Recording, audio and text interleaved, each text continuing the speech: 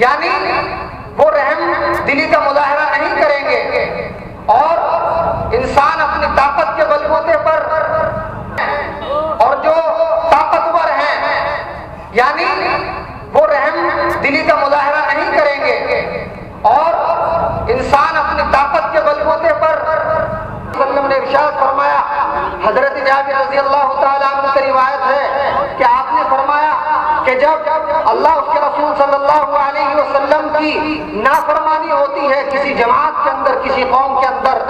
تو اللہ تبارک و تعالیٰ ان کو طرح طرح کے امراض میں مبتلا کر دیتے ہیں۔ پاک میں آتا ہے کہ اگر مومن کو کوئی کانٹا بھی لگتا ہے،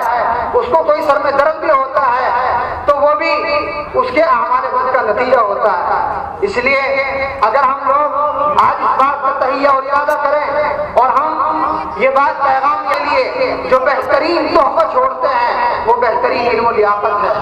اگر کوئی انسان اپنی اولاد کے لیے 200 بیگھہ زمین چھوڑ کر مر جائے اور ایک آدمی اپنے بچوں کی صحیح دین محمد مصطفیٰ صلی اللہ علیہ وسلم لے کر آئے، یہ صرف ہم مسلمانوں کے لیے نہیں ہے بلکہ آپ کے لیے بھی ہے۔ کیوں؟ بہت بہت شکریہ۔ میں بھی اس سلسلے کو آگے بڑھاتے ہوئے آپ حضرات کو یہ میں روبرو کر ایک بات میں آپ سے عرض کرتا ہوں کہ آج ہمیں جو مبغوضیت کا حال ہمارا ہو رہا ہے کہ دنیا ہم سے نفرت کر رہی ہے، میں آپ سے صاف کہتا ہوں اس کا سب سے بڑا سبب یہ ہے کہ ہم نے اللہ کے رسول تبارک و تعالیٰ تمہیں محبوبیت عطا کرے گا، اللہ تبارک و تعالیٰ تمہیں محبوبیت عطا کرے گا اگر تم مجھ سے محبت کرتے۔ وقت یہ ہم سے مجھ سے خاص طور سے مانگ کر رہی ہے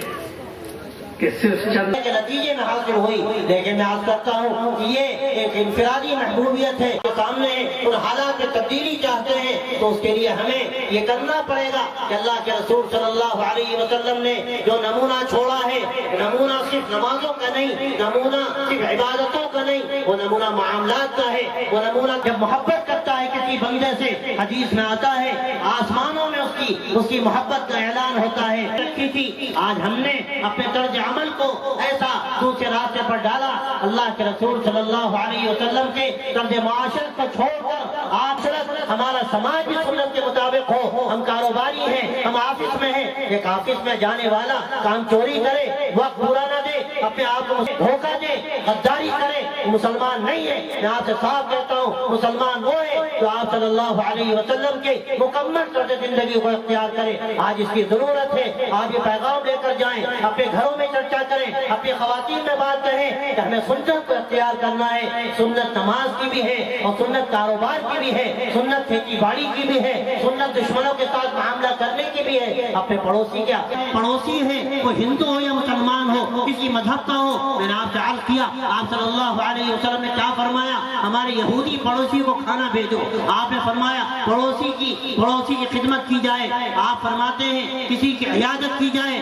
عیادت کرنے مسلم من سلم الناس من لسانه ويده، صحیح مسلمان وہ ہے جس کے ہاتھ سے اور اس کی زبان سے تمام لوگ محفوظ رہیں۔ یہ طرز زندگی ہے، یہ وہ آپ صلی اللہ علیہ وسلم کا اعلیٰ ترین نمونہ ہے کہ گالیاں جس نے دی اس کو تحفے دیے، زخم جس کے لگے زخم اس کے سیے، عافیت کی دعا محفوظ کا تنہا راستہ ہے۔ اللہ فرماتا ہے وَأَمَّا مَا يَنْفَعُ النَّاسَ، یاد رکھنا چاہیے اگر ہمیں باقی رہنا ہے، اگر اپنے تحفظ آل انڈیا ملی کونسل کے محترم جنرل سیکریٹری صاحب، ملت کے لیے ایک دردمند دل رکھنے والی عظیم شخصیت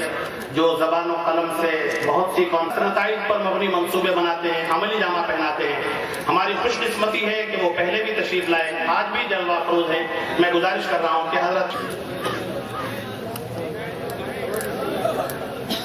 وقت یہ ہم سے مجھ سے خاص طور سے مانگ کر رہی ہے